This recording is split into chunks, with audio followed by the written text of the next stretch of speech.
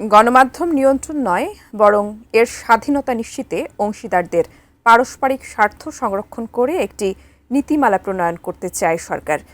দুপুরে বসুন্ধরা আন্তর্জাতিক সম্মেলন কেন্দ্রে কেবল অপারেটর্স অ্যাসোসিয়েশন অব বাংলাদেশ কোয়াব আয়োজিত 3 দিনব্যাপী আইসিবিসি এক্সপো 2026-এর উদ্বোধনীতে একথা জানান তথ্য ও সম্প্রচার মন্ত্রী জহিরুদ্দিন স্বপন।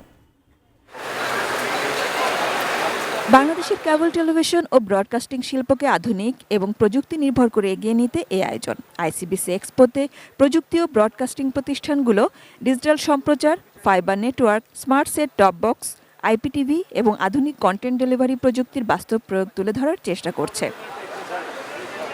আয়োজক ও অংশীদাররা মনে করছেন এটি শুধু একটি প্রদর্শনী নয়, প্রযুক্তি, উদ্ভাবন এবং ভবিষ্যৎ সম্প্রচার ব্যবস্থার মিলন মেলা। এমন আয়োজন সকল অংশীদারদের মধ্যে বোঝাপড়াটা ভালো করবে বলেও আশা তাদের। আমরা চাই গ্রাহক প্রতি আমাদেরকে 1 টাকা করে দিতে, 1 টাকা, তাহলে আমাদের টেলিভিশনগুলো বেঁচে যাবে। বাংলাদেশ যে স্যাটেলাইট আমরা ব্যবহার করছি, এই স্যাটেলাইটের কিন্তু ফুটপ্রিন্ট নাই সারা পৃথিবীতে। তো এটাকে আমাদের আকুল আবেদন যে এটাকে যেন ওপেন করে দেওয়া যায়। একটি অসাধু চক্র, অব্যবসায়ী, তার নির্দ্বিধায় এই চ্যানেলগুলো পাইরেসি করে চালিয়ে দিচ্ছে। আমাদের এই ব্যবসায়িক নিরাপত্তার জায়গাটা অবশ্যই খুব ভালোভাবে দেখবেন বলে আমি আশা করি। শুধু নিজের স্বার্থকে একমাত্র চাওয়া হিসেবে না নিয়ে সব অংশীদারদের স্বার্থ রক্ষায় জোর দেন তথ্য ও সম্প্রচার মন্ত্রী জহিরুদ্দিন স্বপন। আশ্বস্ত করেন বিএনপি সরকার গণমাধ্যম নিয়ন্ত্রণ নয়, বরং গণমাধ্যমের স্বাধীনতায় প্রতিশ্রুতিবদ্ধ। একটা সমান্তরাল এবং পারস্পরিক স্বার্থ সম্পন্ন নীতিমালা তৈরি করতে হবে।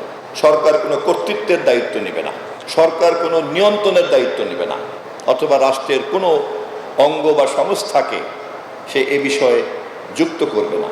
সংশ্লিষ্টদের মধ্যে যৌথ সমঝোতার উপর গুরুত্ব দেন তিনি। প্রধানমন্ত্রীর সঙ্গে কেবল সৌজন্য সাক্ষাৎ না করে সার্ভে ও পরিসংখ্যান ভিত্তিক বাস্তব চিত্র তুলে ধরে সমাধানে আসার পরামর্শ দেন সব পক্ষকে।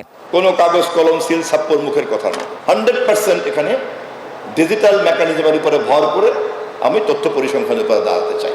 একটা মিডিয়া পলিসি আমরা রোডম্যাপ ডিক্লেয়ার করব এবং যার সবকিছুর অভিভাবক হবে একটা স্বাধীন গণমাধ্যম কমিশন। 3 দিনব্যাপী এই প্রদর্শনী 9 মে শেষ হবে। Sajida Sweety, ATN news, Dhaka.